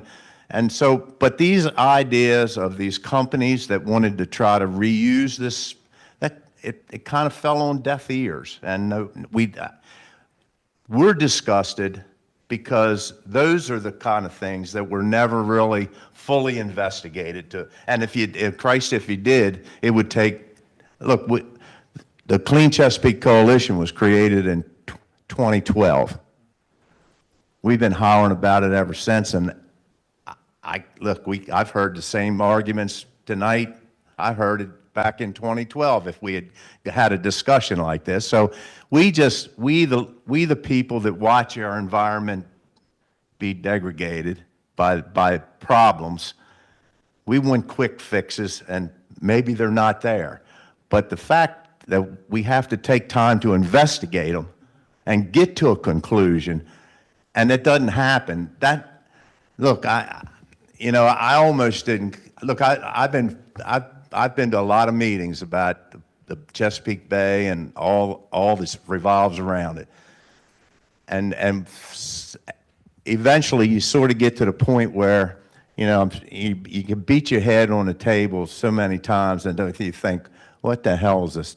What am I doing this for? But because things just move too slowly for the average people. So I don't know what else I got to add tonight except a bunch of frustration. If we can get to this final study to where we can say, maybe people selling this stuff could, and besides, you are dredging some of that stuff. Every time that ship channel it gets shallower to keep that shipping lane open. The experts, again, not me, but the experts from Corps of Engineers, they always said that 80% of it come from up above the dam. Do you dredge it after it gets down in the shipping channels, or you dredge it while it's up there? I don't know, and I don't know the answer, but the local common people like myself, that's the kind of things we think about, and we don't think we're getting the answers. So I thank you for listening to me. Patrick McLaughlin, Queen Anne's County Commissioner. First off, I want to thank you for putting this together, and Dan, a big shout out to you. And this man next to me, Ronnie, just inspires me. I know he's been dealing with this for years, and Chip and Bob. Bob went over to Aberdeen Proving Grounds to talk to the Commandant to see if he'll take the dredge. So this has obviously been going on a long time, and I just want to shout out to all the folks that have been doing this, spending their time and their money trying to get you folks to help us. So what I want to do is I want to come to a consensus. I want to get us in a room. This isn't the time. Your team and some of the commissioners and our federal partners, and talk in a room and come up with a plan to figure out how to dredge the Conowingo Dam. Whether it is, if we could get a number of acreage along either on the Cecil side or the Hartford side, where we could dredge it onto the land, you're going to save millions of dollars versus the barge system and the Caterpillar system. Those days are over, though I know you still do that down in Pocomoke. If you folks would take out your phone and Google Ellicott dredges, Ellicott like the city, dredges, DREDGES, you'll see, Vanessa, the new technology.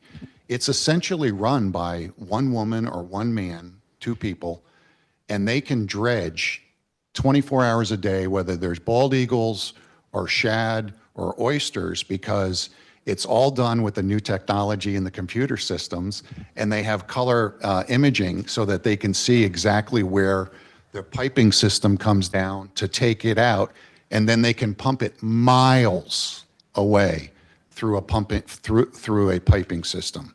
So it's really come a long way. The costs are dramatically less than everything you've talked about, and I understand everything you talked about. So my goal here is to try to get the Army Corps of Engineers, MDE, Constellation, some county commissioners, and the federal government, whether it's the EPA or whoever it is, to set up another meeting. And, we can sit around a table and yell at each other, but come up with a plan where we could find some acreage on either one side or the other of the river and pump the dredge to there. And we could do it as a pilot program. We're not going to say, okay, we're going to do $200 million a year. We're going to do 3 million cubic feet. We don't have to go there. We just have to start. And you heard them, 2012, nothing has changed. Nothing. We just get in a room and none of us want to take responsibility because we don't want the cost. And I get it. And this is not Constellation's fault. They are not the boogeyman. And the Army Corps of Engineers, it's not your fault either, but you're part of the solution. You are the solution, Army Corps of Engineers, MDE, Constellation. You guys we can come together and figure out a plan, a pilot plan for 6 months or a year, and see if the effects that we believe will be positive will be true. Now, I'm going to switch to a personal advocacy for my watermen in my county. And just to add to what Commissioner just said, just yesterday, I talked to a waterman, and this is a gentleman who's been doing this his whole life. He's willing to talk to you, Vanessa. He's willing to talk to you, Todd, but I'm not going to mention his name now. Matt, you might even know him. This guy does the oyster, he grows his own oysters. So he gets the shells, he goes down to Horn Point, he buys the spat, he puts the spat on well, he doesn't put it on it, but you know what I'm saying. They get the oysters. He grew them for 2 years. He goes to MDE, he gets a permit to put it in the Magathy. He buys 30 acres. He's got 3 to 4 million oysters that are 2 to 3 years old. He goes and puts the oysters in the 30 acres, not in one location, but he spreads it around within 3 months.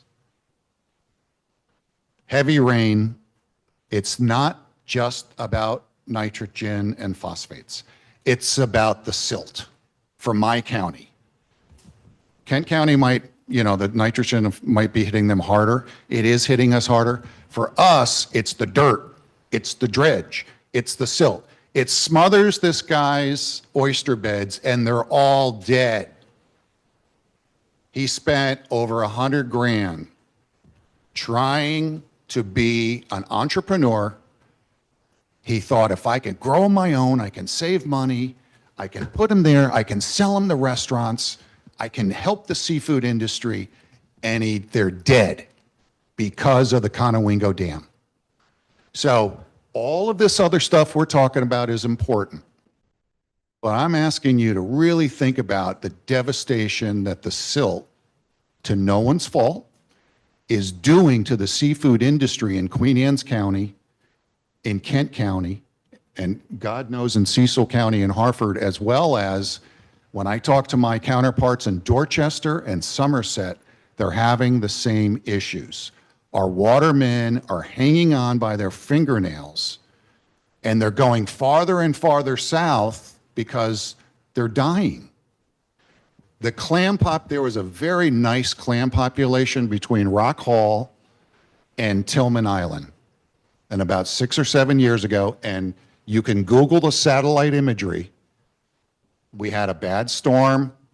You can see right from the dam all the way down to Tillman Island, the silt from the satellite covered up the clams, and they haven't recovered. I bet you didn't even know we had clams in the Chesapeake Bay. To Ronnie's point, 80% of the rockfish spawn in the upper reaches of the Chesapeake Bay. When the eggs are released, the spawning happens. When the silt comes over, it washes away the eggs. How do you create eggs if you can't get the other part to it? So this is it's not just about the water. It's about livelihoods. It's about our oystermen. It kills the bay grasses. And when the bay grasses die, the baby crabs get eaten by the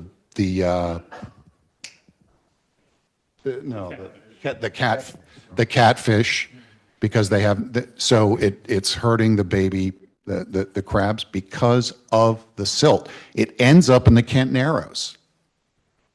It ends up the Chester River. It's in Eastern Bay. And we have sanctuary oysters. The number one, the Conowingo Dam is the biggest polluter of the bay. The best way, one of the best ways to clean up the bay, besides the dredging, which we have to do this, is the oyster restoration program. Oysters filter 50 gallons of water a day, one oyster. we're talking millions of oysters. But if we spend, my county is getting ready to support more of this oyster restoration. Vanessa, why? Why are we going to spend hundreds of thousands of dollars to put them out in Eastern Bay or the Magathie River or close to Rock Hall and have the silt destroy our oysters? You see the point here, obviously. So let's get in a room and work this out. Let's find some land on the Harford or the Cecil County. Please look into this new dredging technology. It can be dredged 24 hours a day with 1 or 2 people. It's nowhere near as expensive as we think it is. And I just want to thank you for letting me run my thoughts. Before you turn it over, I'd just like to ask one quick question. I've been on my mind. When it comes to the dam itself being I guess it's 100 years old, and if something like that, and if I understand it right, when it was first built, it was like 120 feet of water just north of that dam. Now it may be 20 feet or something. It's a big difference, regardless of whether it's exactly. Is there any fear from the Conowingo itself that if they got dredging too much about the stabilization of that, is that ever a concern as to whether the dam would be affected somehow if there was some dredging that took place there? You don't think so? No, because, the dam is anchored. We don't rely on the sediment to keep it in place. So, as part of our regulation by the Federal Energy Regulatory Commission, FERC, they have a dam safety division. So when you hear a lot of these dams that are failing, mostly earthen dams, they're very involved in that. And so one of the things they do is they want to make sure that you don't have a tropical storm. It's usually the tropical storm thing where if you think of the amount of water button up against the dam, that would sweep things away. I mean, you see these usually on the nightly news of bridges getting swept away and all of that. Obviously, we're north of a lot of people, the city of Baltimore, a lot of important places, and so we're a high-risk dam. And so they look at us for, things like terrorism, but also structural integrity. And the sediment is not an issue in terms of the dredging. So, and then Commissioner McLaughlin, so a couple of years ago when MDE said, we really want to do a pilot dredging project because we want to figure this out. And yeah, things move way too slowly. And I personally am sympathetic to you, Ron, and to Chip and all that. We've been talking at each other for a long time. It's nice to see a lot of other people in the room talking rather than just screaming. So when we did the pilot dredging project, it took about a year before that working with MDE. And we own the land around Conowingo, we own the pond, and FERC basically says, you own the dam, you're responsible for anything that happens in your backyard or in your pond. So if you want to do a pilot dredging project, you need to come to us for approval because we're your regulator. And we're not going to let you do anything that's going to screw up your generation of electricity or your other requirements, whether it's to Fish and Wildlife, whether it's to MDE or others. So you need to come to us, even if you want to do a pilot dredging project. And Restoration Systems, who's worked with Matt and Ted and all, they go, we want to be part of it because we have the experience. And we said, fine. And we said, well, we need to make an application to the FERC. And they, of course, it takes time and time and time. And we finally got their approval to dredge 1,000 cubic yards, which is kind of a postage stamp and everything. But to your point, they were like, can you dredge? And MDE said, we want to pick a spot that we're not going to kick up any of the arsenic or the PCB or whatever heavy metals are in there. So we're going to find a sandy place, which kind of helps with if you're going to make road aggregate or clean concrete. You kind of, sediment is divided into kind of the the fluffy, silty part, the clays, and the sand. So they said, we want a 1,000 cubic yard space that's clean, that's mostly sand, to prove, like your pilot dredging project that you're talking about, that it can be done. And we'll learn a lot of stuff, and then we'll look at beneficial reuse, we'll look at all that stuff. And that took a year. So me personally, I would love to sit down in a room with the right people and do it. I know that in order to do that, as Matt said, there's some people like, whether it's the Bay Commission or others, have to say, well, this is the best management practice. We want to make sure you're not doing more, even though you're well-intended, you're not doing more harm than good. So we got to take a look at it. If we're okay with it, then we got to go to FERC and EPA and say, are you okay with it? And then we can do our pilot dredging project. And I share Ron and Chip's and your frustration is that anything you want to do, you think it's going to take this amount of time, it takes this amount of time. So Todd, for the next step, who needs to be in the room? I don't know if I can answer that question just because I'm not the expert, but I know, I have to get back to you on that. I can't tell you right now. I think my guess is, based on doing the restoration systems, and they're using a lot of traditional dredging techniques. I think MDE and the Army Corps and the people who are experts, and if this is a newfangled technology, it's sort of like I'm excited and worried all in the same moment because I want to make sure it works and I want to make sure there isn't an adverse impact. So Vanessa and Matt? I mean, quite frankly, I'm not going to say yes to anything until these guys say, well, it's not going to screw anything up. And then there's a long list of people who need to do it. So I don't know the answer to your question, but especially if you're talking about a new technology, there are a lot of people that have to review it to make sure that you're not doing more harm than So good. Matt and Vanessa, who should? Well, I'd like to say, I feel like we need to get through the modeling piece and really have a better understanding of. That's December 2026. It is. Which means, It is. 2027. But that's going to be critical, I think, to. Could we meet at Mako?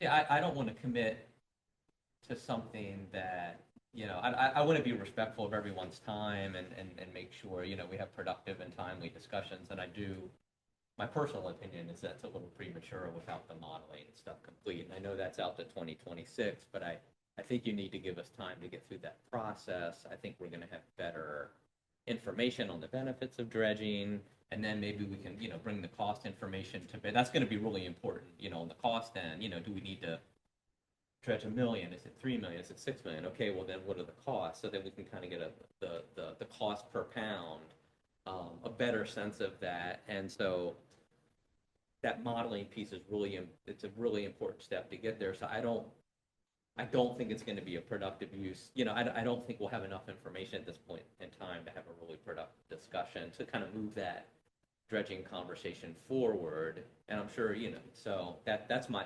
hesitation with making some kind of commitment at this time. We'll talk after.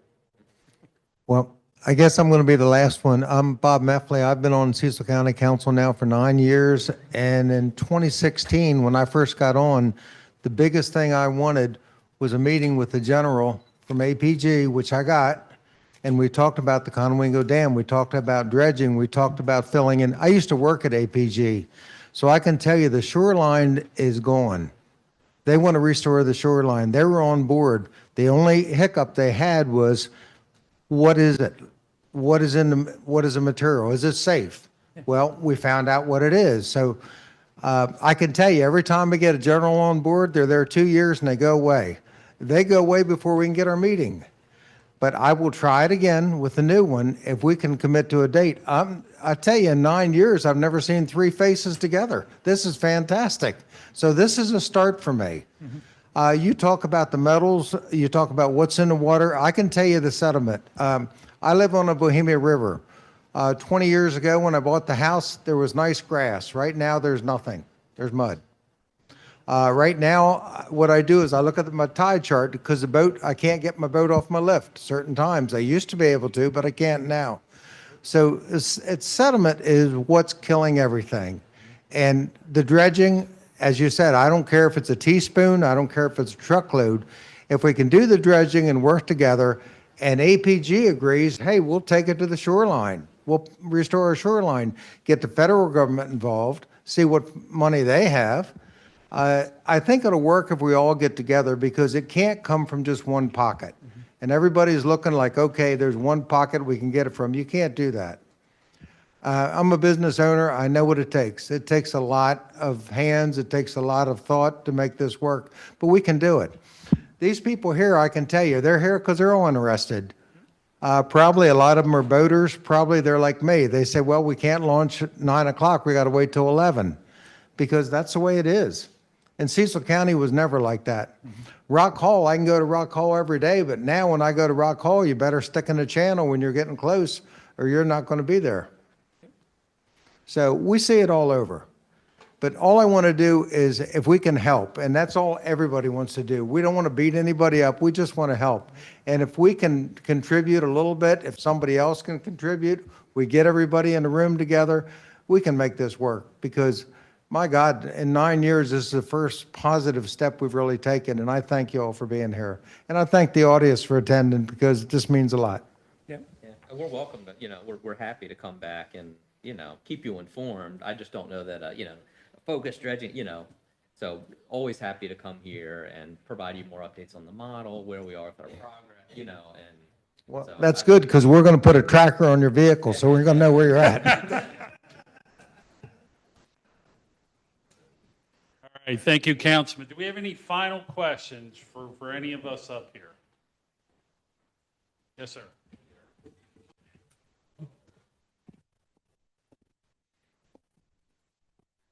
My name's David Kofelt. I'm just a citizen from Queen Anne's County.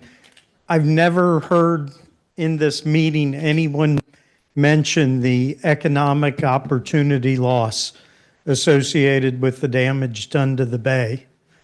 Do we know? Do we have a figure for that?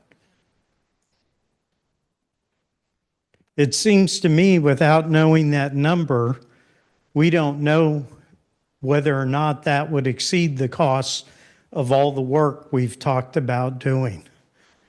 Seems to me a basic fundamental fact has been left out. Now, I think we do know with the numbers of fish that have been collected from the bay over the various decades, and we can see how much loss there is in that way and give an estimate of it. And I think that needs to be done. And that can be presented to the governor, that can be presented to the Army Corps of Engineers, and that can be used as a motivating factor to say, hey, we're leaving lots of money on the table because we haven't fixed this problem. Thank you.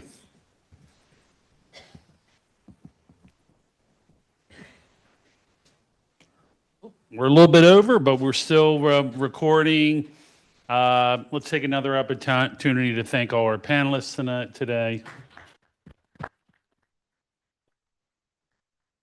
And thank you all for coming. We will post the video or the audio of this on our website probably by tomorrow, so there's a chance of sharing or whatever, but thank you, and the discussions will continue. Thank you again. Thank you. Thank you.